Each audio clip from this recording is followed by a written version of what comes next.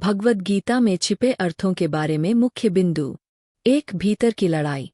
भगवद गीता में युद्ध आंतरिक संघर्ष का प्रतिनिधित्व करता है, जो प्रत्येक व्यक्ति अपने उच्च सु, आध्यात्मिकता, सत्य और उनके निचले सु, अहंकार, इच्छाओं के बीच सामना करता है।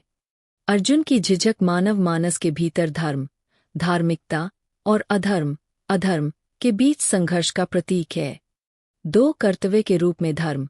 जबकि धर्म का अनुवाद आमतौर पर धार्मिकता के रूप में किया जाता है, यह गहरा है।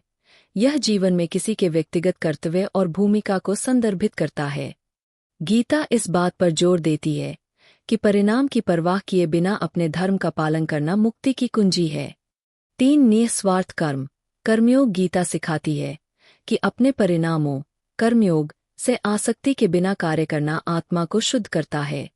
विचार ईश्वरीय इच्छा के अनुसार कार्य करना है, व्यक्तिगत लाभ की इच्छा से मुक्त है।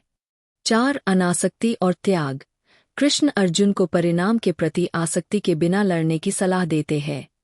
यह अनासक्ति दुनिया को छोड़ने के बारे में नहीं है, बल्कि एक ऐसी स्थिति की खेती करने के बारे में है जहां कार्यों का फल आपकी आंतरिक शांति को प्रभावित नहीं करता है।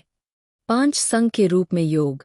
गीता में योग केवल शारीरिक व्यायाम नहीं है, इसका अर्थ है परमात्मा या आत्म साक्षात्कार के साथ मिलन। योग के विभिन्न रूपों का उल्लेख किया गया है: भक्ति, कर्म, क्रिया और ज्ञान। 6, आत्मा की प्रकृति। गीता से पता चलता है कि आत्मान शाश्वत, अविनाशी और भौतिक दुनिया से परे है। जन्म और मृत्यु केवल संक्रमण है। वास्तविक आत्म कभी नहीं मरता, केवल शरीर बदलता है। 7, कृष्ण दिव्य मार्गदर्शक के रूप में।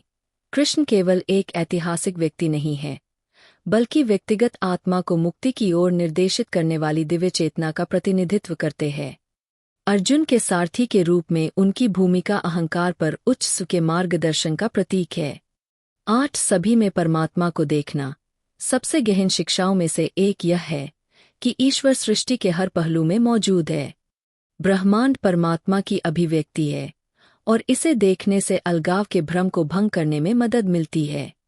9, भौतिक संसार का भ्रम। माया गीता भौतिक संसार को भ्रम, माया के आवरण के रूप में बोलती है, जो व्यक्तियों को इच्छा, पीड़ा और पुनर्जन्म के चक्र में फंसाए रखती है। सच्ची स्वतंत्रता इस भ्रम से परे शाश्वत वास्तविकता को देखने में निहित है। 10, धर्म की शाश्वत प्रकृति। जबकि परिस्थितियां और कार्य भिन्न हो सकते हैं, धर्म के अंतर्निहित सिद्धांत शाश्वत है। गीता सिखाती है कि क्षणिक सामाजिक मानदंडों का पालन करने के बजाय सार्वभौमिक कानूनों के अनुसार रहना सच्ची शांति और तृप्ति लाता है।